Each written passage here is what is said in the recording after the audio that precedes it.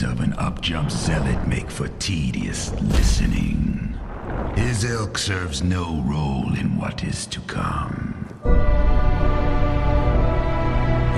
my death will staunch the flood of destruction. If you're a noob like me and you've never played a Dragons Dogma game at all, but you're curious about Dragons Dogma 2, you've been watching gameplay, you've been watching a few trailers, you're still on the fence, you're not quite sure, you don't know what the hell is going on, well, welcome in, because I'm the same way. Now, full disclosure, I am a Capcom creator, so am I going to be a shield for the game right now? Yes, I am. But believe it or not, that's not the reason I'm doing it, because there's a lot of Capcom games that's out that I don't really jive with. But this one in particular, given some of the first impressions and some of the first reviews, I guess you can say, this is high potential to be another Game of the Year contender, which I highly believe. It's giving off Baldur's Gate 3 energy, or maybe it's because of all the NPCs or just the excitement around it. I'm not sure, but I'm going to give you the good, the bad, and the possibly ugly, if not fantastic. I don't know what I'm saying. I'm sick. Listen, if my voice sounds kind of weird, I apologize. I've been fighting this cold for like 3 days and I'm just not getting back. So bear with me. I'm gonna try to make it sound as good as possible and not snuffle my nose. And if you can, please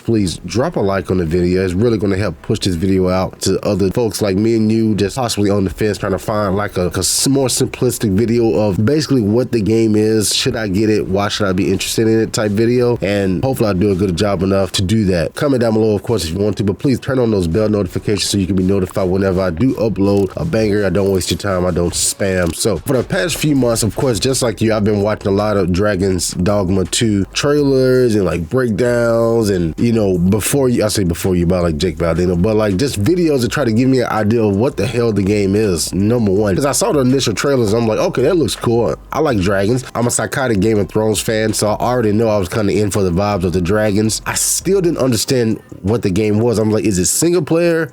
Is it co-op? Is it multiplayer? Is it like Final Fantasy? I see the party, you got multiple people with you. I see it's action RPG, but the combat kind of looks like, you know, third person God of War. I was confused as hell, bro. I was like, what game is this? I was like, is there a storyline? Like, is it online? Is it live service? I didn't know anything, bro. So, and I searched around for, I don't know, 10, 15 videos of like, you know, just trying to figure out what is this game? What type of game of it? And I still couldn't get down to the gist of like, what the hell am I going to be playing? So you know what I did? I said, you know what? Maybe I should go back and play the original Dragons Dogma Dark Rising. I don't know if that's the original, but at least the most recent one, which was from like 2012, if I'm not mistaken. Dragons Dogma Dark Risen. And if you're on PlayStation, I'm not sure, I should just research that. But if you're on PlayStation, if you have PlayStation Plus, it's actually free on that right now for you to just download and just try it out. So if you have PlayStation Plus Extra, then it's free. If you don't, it's $29.99. But if you want to go buy the PlayStation Plus Extra, it's $14.99. Yeah, I don't know, PlayStation playing games. Listen, if you're on Xbox or Steam, you can get that joke for $5. But point is, but also too, you could just go to YouTube and watch like some non-commentary gameplay. I digress. Point is, I played the game. I wanted to go check it out, so I jumped into it. And the footage you're seeing right now is my footage of me playing for about an hour, because I didn't want to play the full game. I don't have time right now because I'm still finishing Final Fantasy VII Rebirth. But I wanted to jump in and at least get a vibe, get a vibe check of exactly what I was jumping into, exactly what I was about to experience. And from the first time I jumped in and I swiped that sword, because I'm a gigantic Souls-like fan, I instantly enjoyed it. I like immediately, I was like, okay, I feel it. As soon as I did that first R1 swipe, I was like, okay, got it. So, and I like the camera angle, and I know the newer game, obviously this is a much older game, but from the looks of it, from the trailers, it looks like it's going to be the same style, the same vibe. And so you go in, and I was like, okay, so what are these pawns? So these pawns are basically like your, this gonna sound terrible, but these pawns are basically like your slaves. Hey, Black History Month over. These pawns, fucking Christ. Edit that.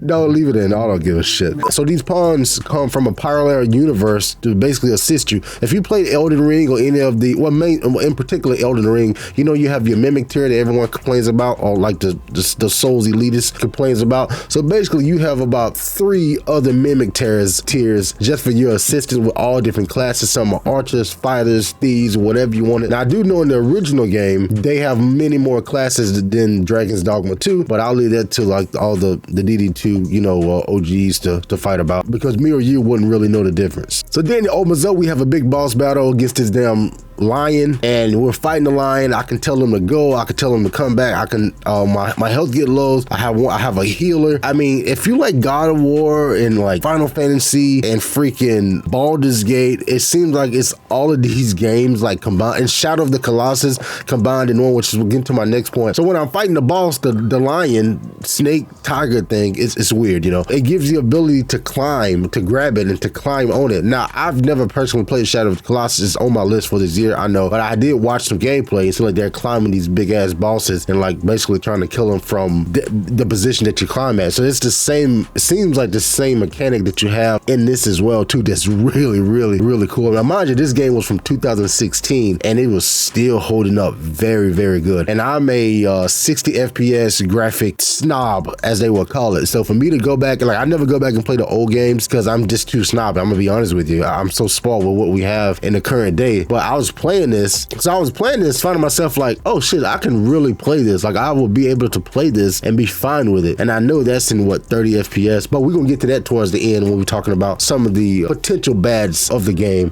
if that's something that you care about. Nonetheless, I keep playing, we defeat the boss, then we get a cutscene, then we open up and let you create your character.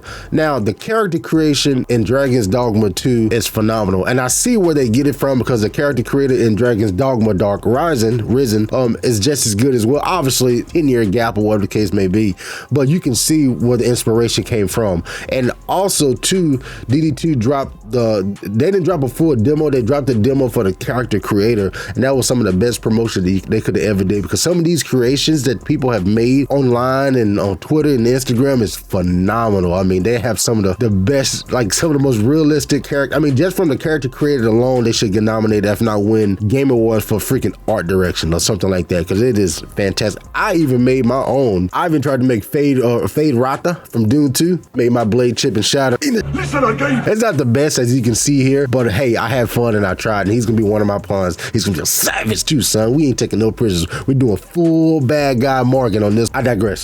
But the point is, the character creator is fantastic, and if you hadn't downloaded that yet and you're still on the fence, please go do that. Go mess around with the character creator. Go make your auntie, make your cousin, make your ex-girlfriend be your pawn. You know what I'm saying? It's good. Then that jumps us to this next cutscene. Now, the character that I made, I put zero effort in. I did like a default skin, and he looks like Mike Tyson on keto. But I was just trying to get through the game. Of course, the big dragon, the big ass dragon flies in. We got to climb on the dragon. We pick up the sword. Like, the cutscene is phenomenal, as you can see here. So again, 2016. It looks pretty damn good. So yeah, that happens. Next thing you know, boom! It takes my heart. I die. It flies off. I wake back up. It's a shorty in the dressing room saying like, "Hey, you got to go find your heart." I mean, and I stopped there because I didn't want any more. I got what I needed to get. But then yesterday, Capcom dropped this new video, basically breaking it down for noobs like me and you. And a video that I've been waiting for like a month. It's called "Welcome to Dragons Dogma 2" by Ian McShane. If that name sounds familiar, if you're a fan of the John Wick movies, in John Wick 4, he was at the end. He's like the, I don't know, you know who he is. It's a 7-minute video. I'll leave that link down in the description below. That's going to do a much more detailed breakdown of exactly what this game is, what it has to offer for newbies like me and you, and give you like the full recap of Dragons Dogma 1. So if you don't want to spend the $5 or whatever the case may be, you can just watch that and you pretty much be caught up. They have over 1,000 NPCs in the game. And if you're a fan of Baldur's Gate 3, all of your decisions that you make in this game will have an effect. There will be no pointless decision making that some of these games do, and I think that's why Baldur's Gate was so popular, because you can have I don't know, multiple different interactions with NPCs to give you multiple different outcomes, and it seems like this game has similar traits. And speaking of NPCs can die, by the way. Now I don't know if that means you can kill them or someone else can kill them, but they can die, and I think that's going to have a big effect on how your story goes. So when you combine all of that, I'm in. That's everything that I like in a video game. It's everything that I'm interested in right now in a video game, especially something that's going to keep me engaged and keep me playing for a long time. This is a very long game. There's not much else coming out within the next few months besides Stellar Blade and Rising and Ronin coming out on the same day. So you're going to have more than enough time to jump into this, you know, unless you're playing Final Fantasy 7. And I know a lot of people are on the fence too about, because I know how it is, man. Whenever you're not privileged like me or some of these other YouTubers and creators, they're going to get the game free, if not early, then you have to decide. And I still remember that, you know, whenever you got bills due, I got two games coming out today or this week, and I can't afford them both. Two $70 games essentially. I personally would say if you're watching this video, you definitely want to get Dragons Dogma 2. Not only because I'm a Capcom creator, it has nothing to do with it, but it seems like you have a lot more juice in the squeeze, so to speak. It's a much longer game. It's a lot more. Seems like it's a much longer game. It's a lot more story in this game. It's a lot more. Seems like the first impressions are night and day. Rise of the Ronin impressions are not looking too well. A lot of people are not happy with the graphics. The only thing it does have going for it, which is what Dragons Dogma 2 does not have going for it on consoles, is 60 FPS. It was confirmed that the consoles will have an uncapped 30 FPS on this game. Now, again, a lot of people don't give a shit about that, and I understand that. Me personally, like I told you earlier, I'm a 60 FPS snob, spoiled elitist, as they say. The last, I don't know, 15 games that I've played is all in the last few years has all been 60 FPS. I always play in performance mode. So I will be buying this game on PC. I will be requesting this game on PC via Capcom, as I already have, just because I would rather performance over quality. Now, is this a fast game that you need 60 FPS? No, because I played Dark Horizon and I didn't really have a problem with it. And honestly, I would have a much harsher take on this, but it wasn't until last year when I played one of my favorite games of the year, Jedi Survivor, and that game ran like absolute dog shit. I mean, it was one of the worst performing games that I ever purchased and played, and I was having a blast. I was going out swinging that damn lightsaber, doing the Force, and that was the first moment, because that was around the same time, or a few months prior, that I was clowning on everybody that was excited about Redfall, and whenever they announced it was going to be 30 FPS, and that's when I was really into like the console war shit, just doing it for clicking clouts. So I went in heavy, and one of my most viral videos on the channel is me talking shit about Redfall, and it's about 30 FPS. So until I played Survivor, a game I really liked, I never understood the concept. Well, I'm still having fun, so I don't give a shit, and that was the first time I really understood that. So what I'm saying is, I mean, if it doesn't greatly affect you like motion sickness wise as it does to me here lately, depending on the game, then you should be fine. And I'm sure down the line they'll probably have like a big patch to give us 60 FPS. And again, this is just on consoles, so that's a decision you have to make there. But from what I'm seeing, it's not going to matter anyway. This game looks fucking phenomenal, and it's going to seems like it's going to give Final Fantasy VII Rebirth a run for its money when it comes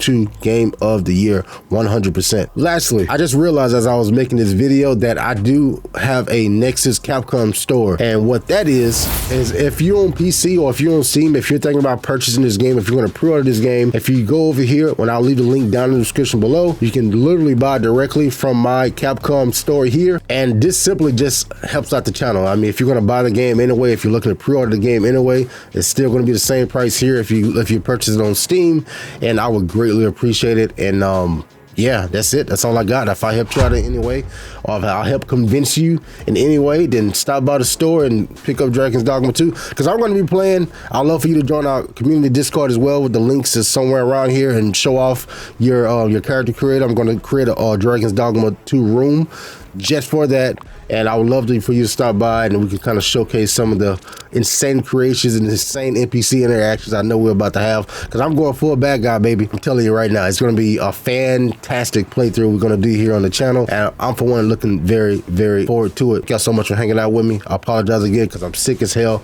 but I wanted to get this video out. Who's hyped for Dragons Dogma 2? Talk to me down below. I'll catch y'all.